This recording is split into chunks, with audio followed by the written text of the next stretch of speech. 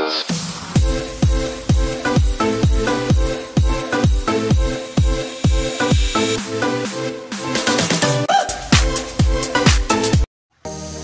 day mga kabonsai, welcome back po sa ating munting channel, ang Ipoy Mix TV.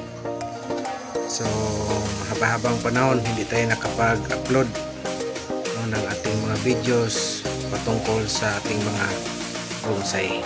Ating katrabaho nitong aking tugas ba to, ating lilinisan at maglipulit tayo ng mga dahon. By the way mga kabonsai, ito ay tugas bato na galing sa cuttings, mag 3 years o 4 years na ito sa akin mga kabonsai. Pinutol ko ito sa isang sanga ng aking malaking bonsai na tugas bato, at ito yung resulta niya mga kabonsai. At ang bonsai nito mga kabonsai ay pinatong ko sa bato, kaya naka-extension siya mga kabonsai para mas lalo siyang magandang tingnan pagdating ng panahon. Tara na mga kabonsai, simulan na natin ang paglinis o pagdipulit sa ating tugas bato bonsai.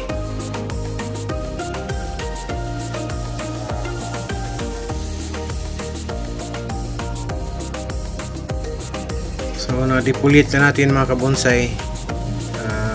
Binilisan ko lang ang ating video para hindi mahaba-haba ang ating topic ngayon. So kailangan ko talaga yung i-dipulit ito dahil may gusto akong palakihin na branch para mas maganda itong tingnan at hindi bakante yung isang area mga kabonsai.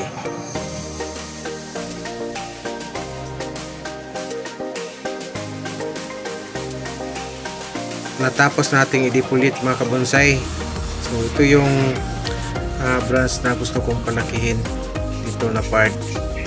May nakita naman ako dito sa likod, itong pang back branch natin, pero pwede natin itong dayain papunta dito sa bakante na area mga kabonsai.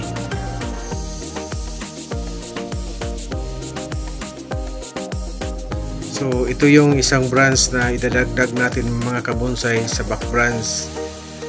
Mas wala talagang bakante sa ating gagawin.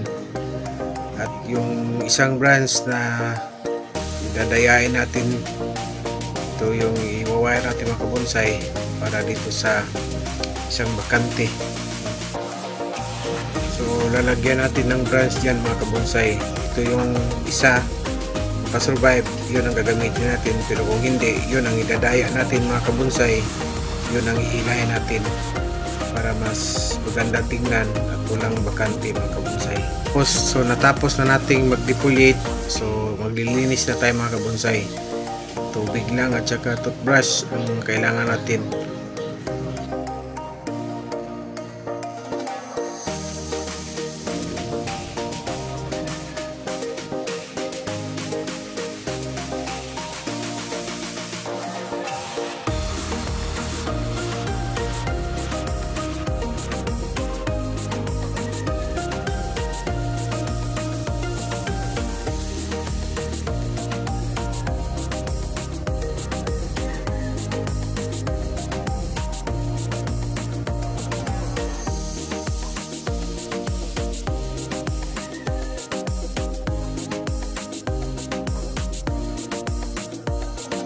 So ayan na mga kabonsai, natapos na nating i-workshop, mag-dipulit at nilinisan ang ating tugas bato bonsai from cuttings.